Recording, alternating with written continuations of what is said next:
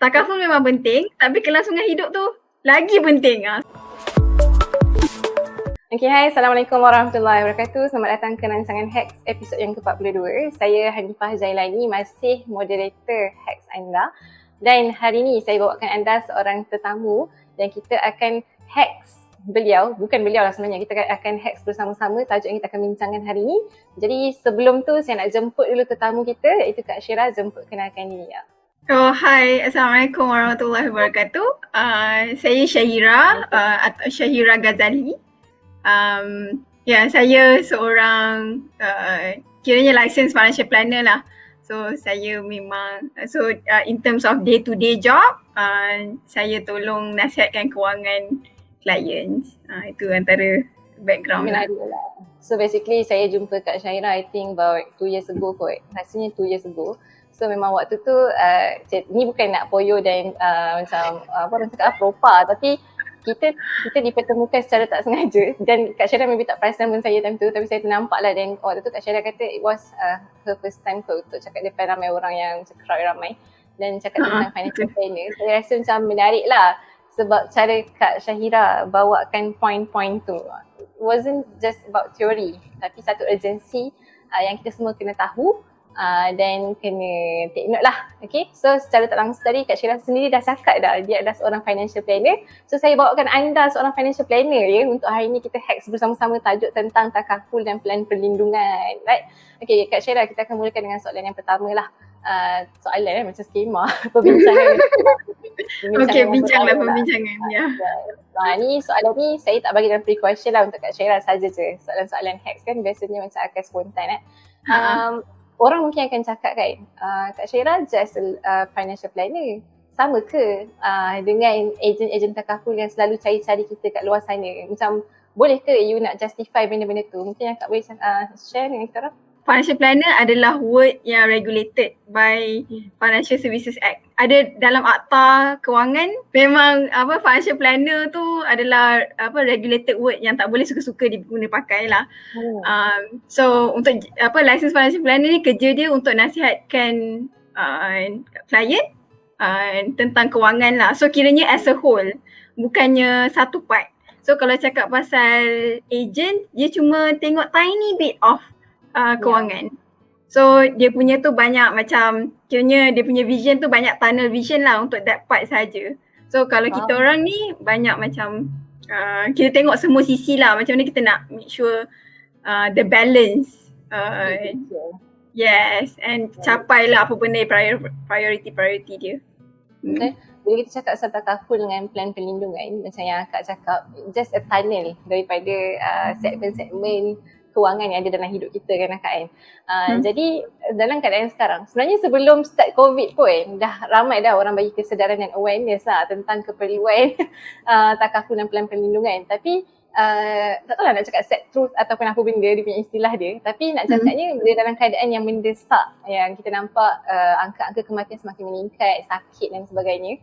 So orang rasa ada rasa urgency lah untuk ada takaful dengan plan perlindungan, right? Okay, tapi the thing is tak ramai orang tak ramai orang macam educated dan tahulah. Sebabnya orang datang kan daripada orang-orang ejen takaful datang daripada macam-macam arah. Kadang-kadang simpan, kadang-kadang bukan daripada orang yang persendirian tu tau, tapi orang-orang staff-staff bank pun start call, right? Dia pun nak offer takaful. So I think kita semua anak-anak muda perlukanlah kind of nasihat dan sisi pandang yang penting sebelum kita buat pilihan untuk pilih nak takaful yang mana dan plan perlindungan yang macam mana. Mungkin Kak boleh bagi sikit. Okay, rasanya kalau untuk orang muda, one thing is that usually orang muda ni dia baru nak start. Okay, dia baru nak start kerja, baru nak start kehidupan yang dia baru nak independent. So kiranya mungkin dia punya dia punya expenses tu banyak kepada orang-orang kepada living expenses. Okay, sebab mungkin income tak banyak. So ni kan, so kiranya macam mana kita nak pilih. Okay, one thing is that kita kena tengok dulu apa risiko kewangan yang kita ada. Okay, so contohnya macam orang muda ni selalunya single. So bila single, Lepas tu mungkin dia tak ada dependence lah. Tak ada orang yang depend on dia. Macam anak ke Ah, macam tu. macam anak ke kan. Ataupun kalau dia ada orang yang depend, mungkin parents lah kot kan. So kalau dekat situ sendiri kita boleh tahu okay. So kalau dia tak ada dependent, maksudnya risiko kewangan dia apa? So mungkin risiko kewangan dia adalah kehilangan kerja ataupun dia sakit. Lagi apa lagi? Kematian. So kalau kematian usually tak sangat sebab bila kematian tu tak ada dependence yang bergantung kepada dia kan. Tapi mungkin kalau dia ada hutang, maksudnya bila adanya kematian dia kena settlekan hutang dia. So kena tengok risiko dia apa. Okay, so kita ambil yang orang yang persona yang single yang macam biasa, yang normal, standard, yang tak depend. Boleh bagi. Kalau saya nak request 2 case study lah, satu yang single dan satu yang dah kahwin. Sebab sekarang ni kita tengok zaman PKP ni ramai kot orang kahwin agak. So dia punya case study tu berbeza. Saya agak boleh bagi 2 sisi pandang lah. Okay, alright. So kalau single ni, contoh single ni yang memang parents dia tak depend on dia lah, and dia tak perlu nak nak tolong parents sangat. So apa benda yang nak kena buat? So income dia mungkin tak banyak. So risiko yang kita boleh tengok mungkin paling yang teruk adalah cacat kekal. Sebab lepas tu nanti tak boleh kerja dan tak ada income. Dan tak ada income tapi so do you think kalau cacat kekal expenses lagi banyak ke lagi sikit? Banyak lah kot. Ke lagi sikit? Tak tahu. Cuba cakap kalau banyak macam kenapa? Dia punya perubatan, treatment dia. So boleh jadi sebab kan mungkin ada banyak equipment yang dia perlu kan. Okay, so expenses akan jadi banyak sebab mungkin ada assistance yang lagi dia perlu. So cacat kekal ni adalah satu risiko yang tinggi untuk dia. So tapi mungkin kematian tak kalau dia tak ada hutang. Sebab satu dia tak ada dependent kan. Okay, so lagi apa lagi? Mungkin masuk hospital lah selalunya kan. Okay, so ada 3 risiko ni. Ataupun tak boleh kerja sebab critical illness. Okay, so ini 4 risiko lah yang selalunya ada untuk orang single. So usually apa yang kita buat adalah kita tengok dulu kewangan dia. Kewangan dia tu mampu ke tak untuk untuk ambil lagi ambil takaful. Sebab satu, bila kita cakap pasal kewangan ni, kita nak kena settle dulu benda yang penting, which is kelangsungan hidup. Takaful memang penting, tapi kelangsungan hidup tu lagi penting. So kalau kelangsungan hidup tak lepas, kiranya ada 4 risiko ni. Tapi risiko mana yang paling tinggi? Yang paling tinggi impact dia. So yang itu yang kita tackle dulu. Mungkin boleh tengok juga dari segi kita kerja, kita ada employee benefits. Employee benefits ni ada medical daripada company kan, orang cakap. So tengok boleh leverage tak kepada company punya employee benefits. Dan lepas tu baru kita buat. Sebab sekarang ni kita limited resources kan. Yang paling yang kita risaukan adalah mungkin total permanent disability, cacat kekal, ataupun personal accident dan hospitalization lah. Kalau macam kehilangan kerja macam mana Kak? Ada ke company yang boleh cover begitu? Okay, kalau kehilangan kerja kita tak fokus kepada takaful. Yang tu akan kena emergency savings lah. Unless kalau kehilangan kerja sebab critical illness. Yang tu kena ada critical illness punya coverage lah. Tapi usually critical illness punya coverage ni mahal. So kalau kita nak ambil, mungkin kalau dari segi prioritinya ambil yang cacat kekal ataupun kematian, dan kita ambil term takaful. Dia cuma cover short period of time dan dia memang pure protection. So kita bayar murah. Maksudnya tak dapat savings tu lah. Dia memang tu kalau after 5 tahun tak jadi apa-apa, habislah. Maksudnya plan tu tak ada dah lah macam tu. Just dia takaful lah konsep dia akan tolong orang lain yang memerlukan. Yes. Itu je lah. Dia cover short period of time. Tapi baguslah untuk kita sebab kita waktu time tu financial kita tak cukup kan. So kita just cover waktu time itu, kita mampu waktu time itu. So kita ambil yang jenis yang pure protection. Yang tu kalau sama juga, this is applicable untuk ahli yang berkeluarga jugalah. So kalau resources kita kurang, I think yang priority dia adalah cacat kekal ataupun kematian. Yang tu yang risiko yang kita kena fokus. Lepas tu baru hospitalization. Macam kematian tu sama dengan konsep hibah tu tak? Ke dia je ambil takaful tu ataupun kena tambah hibah juga? So orang kan suka cakap kan, ambillah hibah sekali ke macam mana? hibah ni, hibah ni sebenarnya adalah marketing punya word. Perkataan hibah tu betul, Dia memang konsep hibah, Tapi diguna pakai oleh kebanyakan takaful agents sebagai marketing punya way, macam tu lah. Tapi sebenarnya dia adalah takaful. So apa-apa takaful plan, dia akan ada part penama. So part penama tu dia akan tulis lah nak hibah whether penama tu adalah hibah ataupun wasi. Wasi ni adalah orang yang akan ambil duit dan dia ambil duit tapi dia punya tanggungjawab adalah untuk settlekan, untuk bahagikan. Tapi kalau kita dah letak penama dia sebagai hibah, bila kita meninggal, duit tu memang terus dapat kat dia lah. So dia maksudnya dia tak ada tanggungjawab untuk settlekan kita punya hutang ke apa ke, tak ada tanggungjawab dia. Sebab kita dah bagi kat dia kan. Macam tu lah. So kena plan lah apa sebenarnya kita ambil takaful tu untuk apa. Itulah dalam keadaan sekarang.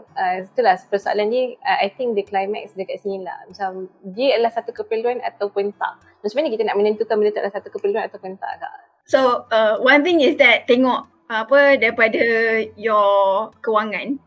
Kewangan tu dari segi kewangan tu dah settle belum benda-benda basic? Makan, minum, pakai, lepas tu ada tempat berteduh kan. Semua benda tu basic lah, cukup. Maksudnya basic ni needs tau, bukan yang wants tu, bukan yang kita kehendak. Sometimes kita nak beli something kan. Yang tu kira tak lah. Kalau kita still mampu dan allocate some 10% of our income tu untuk takaful. Kalau tak, sebab macam akak cakap tadi lah, term takaful ni, kan ada cakap term takaful ni kan, kalau untuk orang muda macam umur I think 20 plus lah, maybe late 20, kalau untuk dalam 500,000 350,000 punya coverage, kalau untuk cover 5 tahun je boleh dapat RM90, RM80. So, tapi tak sayang ke Kak ambil macam 5 tahun je? Biasanya orang suka ambil macam sampai umur 70 kan, macam tu. Faham? So sebab tu kita kena strike the balance. Sekarang ni apa priority kita? Kita kadang-kadang kita limited resources kan. Tapi priority dia adalah untuk cover risiko tadi. Benda yang terdekat dulu lah kan. Yes. Kita tak tahu apa lagi jadi lagi sampai umur 70 nanti kan. So lagi satu, orang muda ni keperluan coverage dia akan berubah.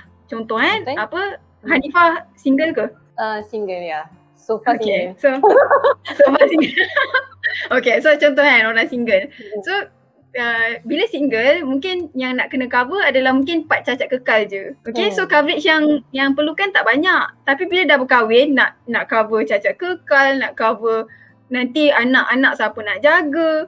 Coverage sudah jadi banyak. So kalau kita ambil untuk 5 tahun je, kita ambil untuk banyak tu je. So after 5 tahun, kita revise lah balik. Faham ke? Tapi kalau in term of revision kan, waktu tu umur kita kan dah meningkat kan. Biasa orang kata bila umur meningkat dan kita baru nak start buat benda tu balik, dia akan jadi lagi mahal tak? Berbanding kita buat daripada awal tapi straight je sampai umur kita 70 ke macam tu. Yang straight tu usually dah prorate dah lah. Dia dah ambil kenaikan-kenaikan tu, lepas tu yes. Sebab tu kalau yang term yang sikit-sikit ni, dia punya bayar dia pun murah. Sebab dia cuma cover untuk that period of time dan you punya umur bertambah tu tak banyak. Tapi actually kan, first time dengar yang boleh cover short period of time. So biasanya kalau agent datang kat kita, dia akan promote terus sampai umur 70 tahun ataupun 50 kan.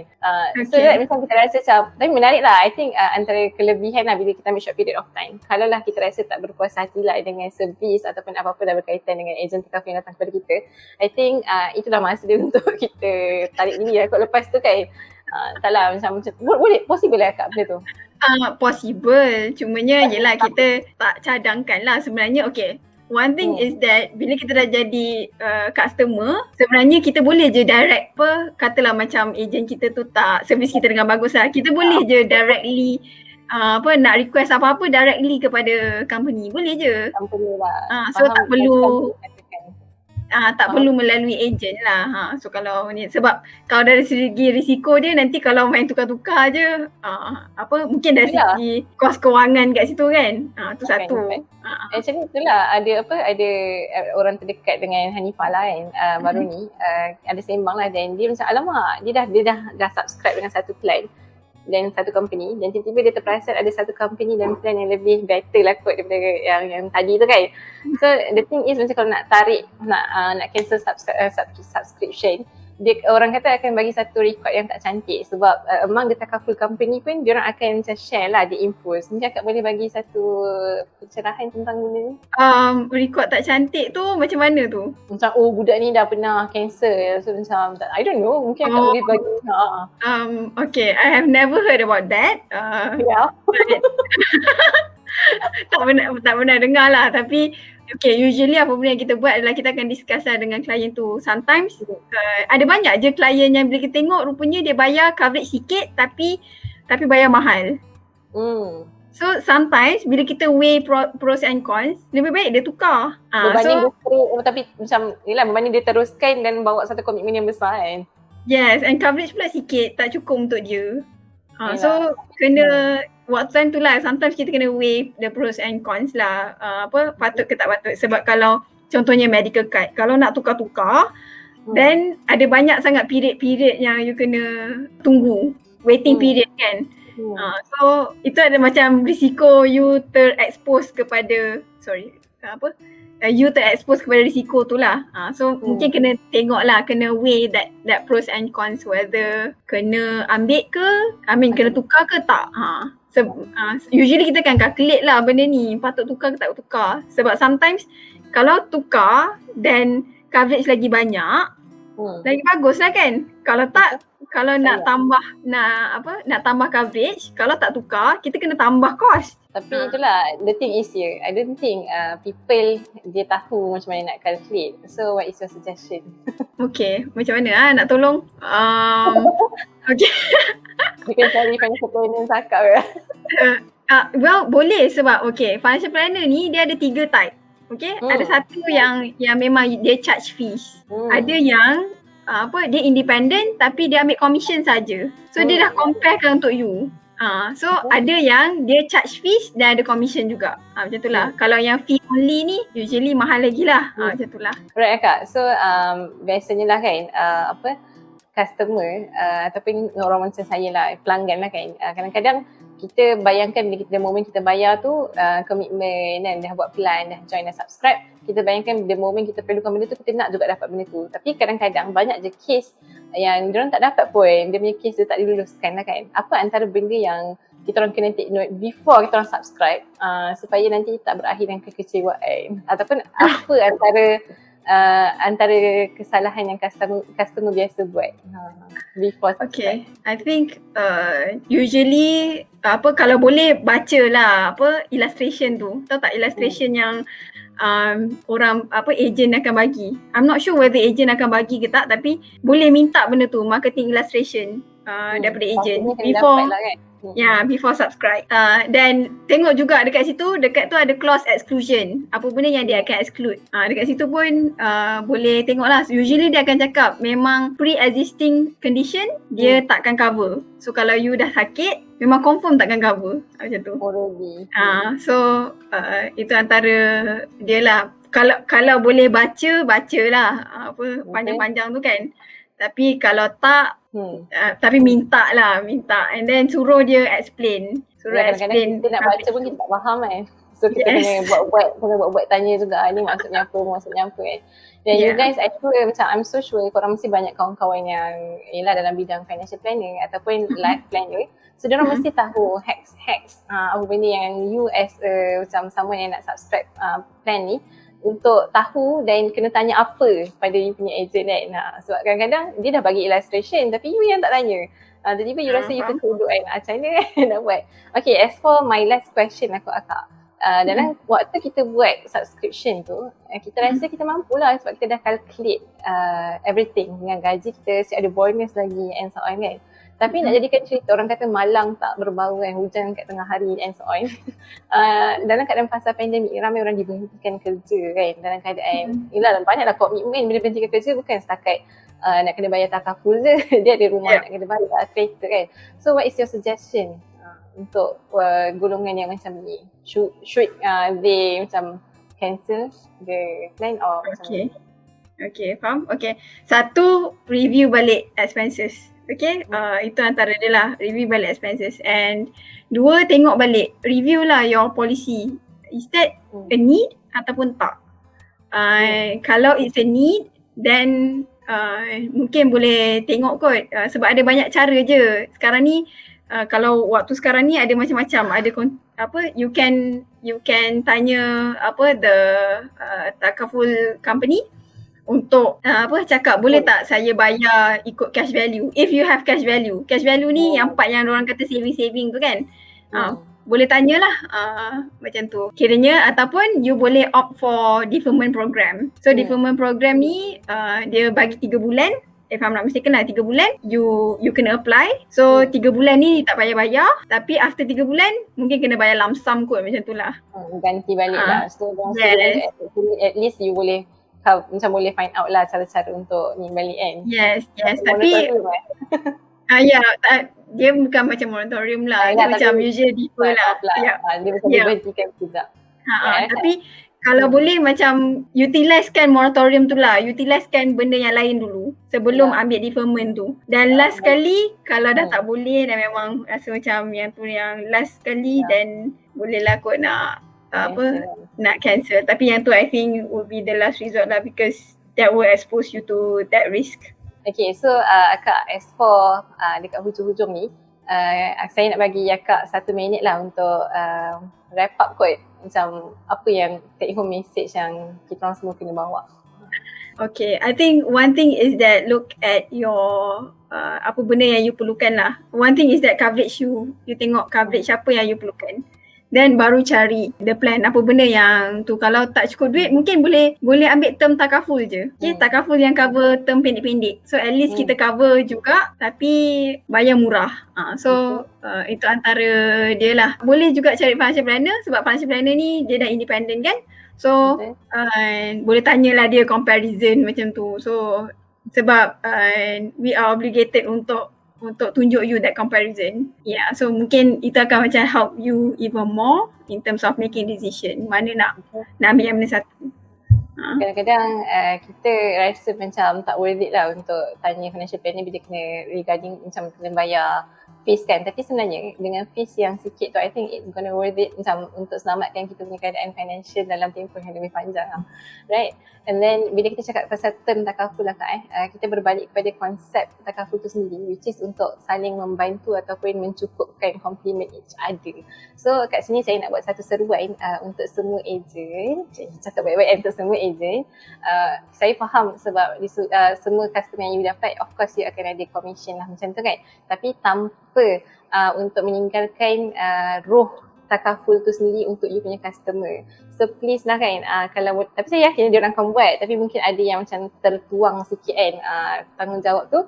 Please cadangkan plan yang sebaiknya mengikut keadaan kewangan pelanggan, tanpa memikirkan you punya commission semata-mata. Kesian sangat dekat semua orang kalau kita duk fikir untung semata-mata.